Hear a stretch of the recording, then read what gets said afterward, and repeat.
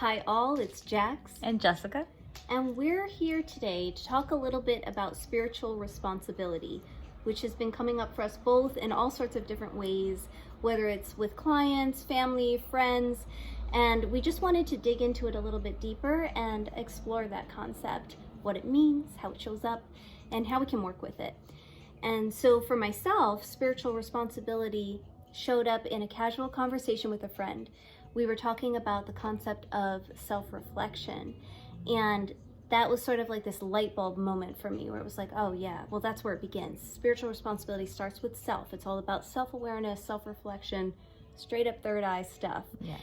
And so for that to happen, we get to pause and evaluate our situations, evaluate each and every choice that we made in that situation from a non-judgmental space, right? Our goal is not to beat ourselves up. Our goal is to learn and evolve. And so when we take a look at for our role in each situation and pause and reflect on that and take it in and think about was there another way to do this? If I had kind of balanced myself, centered myself, could I have handled this in a different way? What would it look like if I approached this from a more heart-based perspective or a more healed perspective? These are all acts that require practice, I feel, and it's not something that's been really clearly modeled for us. We don't necessarily have a template for how to self-reflect, how to have self-awareness. It can't just be given to us. It's something that we work like a muscle, we almost like our third eye too. Like we work on this to open this, to allow for us to have this type of awareness and practice it day in, day out, and move forward in a way that's of growth, soul growth versus stagnancy. So yeah, and sometimes it can happen through stages too, because sure. When we develop the third eye center, sometimes there are things in there that we're not ready to look at, right? We're not ready to take responsibility for, right? So it's like give yourself time and space to get to those places of making different choices. Something you said reminded me of some of the work I've done with restorative justice and restorative practices, and sometimes we would circle up with students if they had done something that was harmful either to self or others, and one of the questions we would ask is how do you know when you have it right? So how do we know when we have it right, or what can we do to make it right? So there's a sense of, let me reflect, let me see what I did, what I didn't do, what I said or didn't say. And then there's this action, there's a responsibility to take action that shifts those situations or those perspectives, so that we're more in alignment with who we are and the choices that we want to make. Yeah. The way that it's been coming up for me quite a bit is through certain sessions.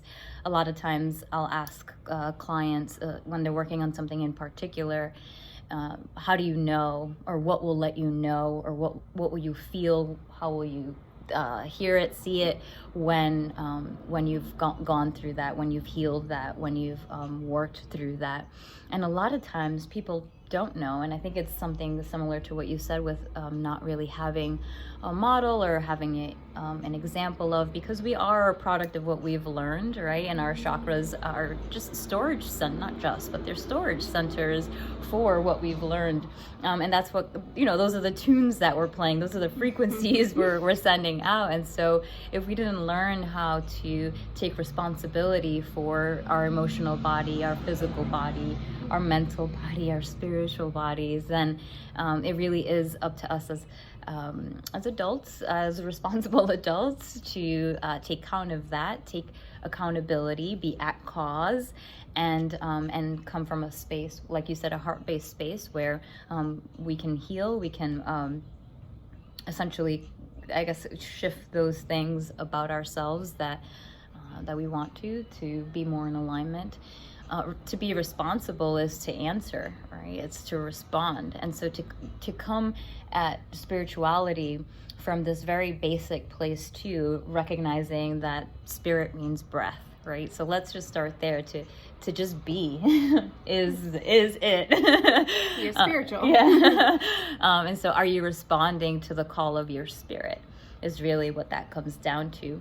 And so going back to the healing space, when people don't know what that looks like when they have it right, or if they don't know what it feels like, what it sounds like, then that's where the work is. Right. So if you are on a healing journey, or you're looking to change something in your life, starting with what's the ideal outcome is key. What does it look like? What does it feel like? What does it sound like? How do you know that you're there, that you've gotten to this place of feeling whole, feeling like you're integrated, right? A lot of times we're all compartmentalized and we have pieces everywhere. So it's really about, how do I hone in and integrate and synchronize my energy so that my heaven and earth are in alignment and radiating from this heart space. So it's like acknowledging, what does it look like when I have it right? And then acting on that, right? Using that third eye energy to shed light on those areas, and then coming with that fire of that solar plexus center to act out and be in alignment. And to model that in turn, so that others can also experience what that feels like. So if you're watching this video, more than likely you would consider yourself one of the spiritual beings in your family, in your workplace, in your friend group.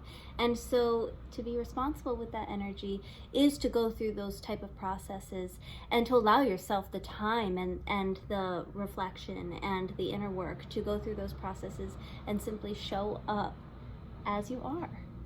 Modeling that, and in a space of love, and holding that type of energy for those around you too. It's an important part of being responsible with our own energy.